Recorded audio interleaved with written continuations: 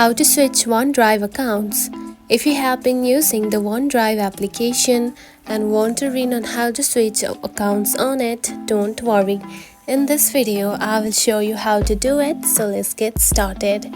First of all, open the OneDrive application, just like this.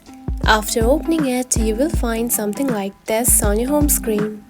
Now tap onto your profile icon at the top left corner. Right here, select it.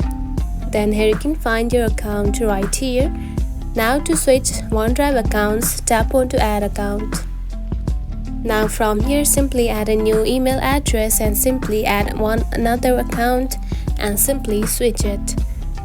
And just by doing that, you can simply switch between two accounts or more than two accounts on it. And that's it. This is how you can switch OneDrive accounts. It is a very easy process, right? If you found this video helpful, don't forget to like and subscribe for more tips.